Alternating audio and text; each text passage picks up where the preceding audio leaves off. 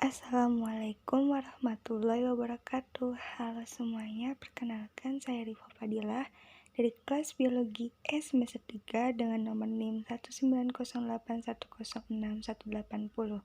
Di sini saya akan membahas struktur dan perkembangan organ ekskresi. Definisi sistem ekskresi.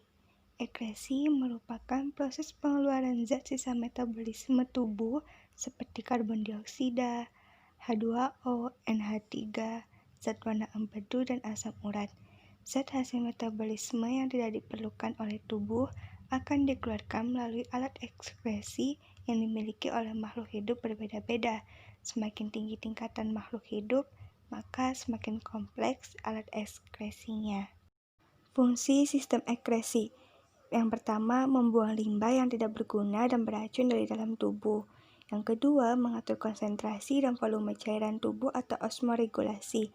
Lalu yang ketiga, mempertahankan temperatur tubuh dalam kisaran normal atau termoregulasi. Sistem ekskresi pada hewan vertebrata.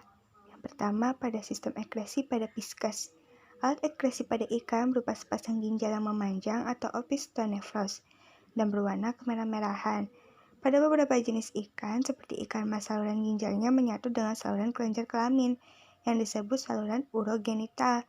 Saluran origenital terletak di belakang anus, sedangkan pada beberapa jenis ikan yang lain memiliki kloaka. Karena ikan hidup di air, ikan harus selalu menjaga keseimbangan tekanan osmotiknya. Pada ikan yang bernafas dengan insan, urin dikeluarkan melalui kloaka atau porus urogenital, dan karbon dioksida dikeluarkan melalui insang. Pada ikan yang bernafas dengan paru-paru, karbon dioksida dikeluarkan melalui paru-paru dan urin dikeluarkan melalui kloaka. Berikut sistem ekskresi pada hewan pisces. Kemudian sistem ekskresi pada hewan amfibi. Alat ekskresi pada katak adalah sepasang ginjal atau opistonefros yang terletak di kanan dan kiri tulang belakang.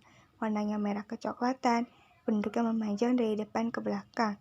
Zat sisa yang diambil oleh ginjal akan disalurkan melalui ureter menuju ke kantong kemih, yang berupa kantong dinding tipis yang terbentuk dari tonjolan dinding kloaka. Fungsinya untuk menyimpan urin sementara. Pada katak jantan, saluran ginjal dan saluran kelaminnya menyatu, sedangkan pada katak betina tidak. Berikut sistem ekskresi pada hewan amfibi.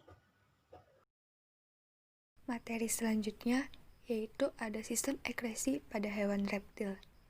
Organ sistem ekskresi pada reptil terdiri dari ginjal, paru-paru, dan kulit. Fungsi ginjal pada hewan reptil sebagai pengeluaran urin. Ular merupakan jenis reptil yang tidak memiliki kandung kemih untuk menampung urin.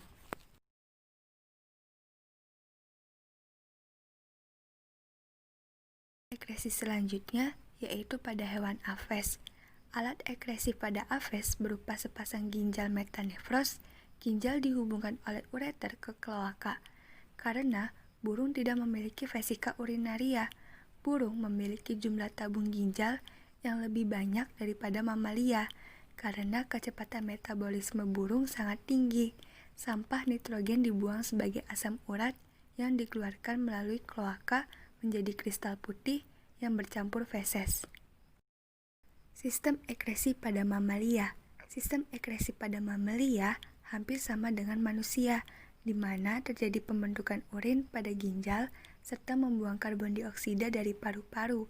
Produk limbah ini dibuang melalui nafas dan buang air kecil. Apabila ekskresi pada suatu organisme tidak bekerja dengan baik, maka limbah sisa metabolisme yang umumnya bersifat racun akan menumpuk dalam tubuh organisme tersebut dan akhirnya akan menyebabkan kematian. Sistem ekskresi selanjutnya pada hewan avertebrata. Yang pertama, ada sistem ekskresi pada protozoa. Sistem ekskresi protozoa adalah berupa vakuola berdenyut atau vakuola kontraktif. Vakuola kontraktif berfungsi mengeluarkan ampas metabolisme dan mengatur tekanan atau osmoregulator. Sistem gerak protozoa, yakni protozoa ada yang bergerak secara aktif dengan alat geraknya, tetapi ada juga yang tidak memiliki alat gerak. Alat gerak pada protozoa yaitu kaki semu, pseudopodia, rambut getar berupa silia, dan bulu cambuk berupa flagel atau mastix.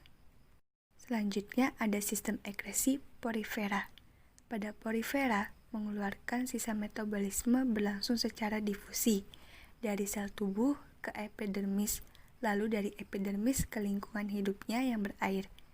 Porifera mempunyai sistem saluran air yang berfungsi untuk memasukkan dan mengeluarkan air yang mengandung zat makanan, oksigen, dan sisa metabolisme.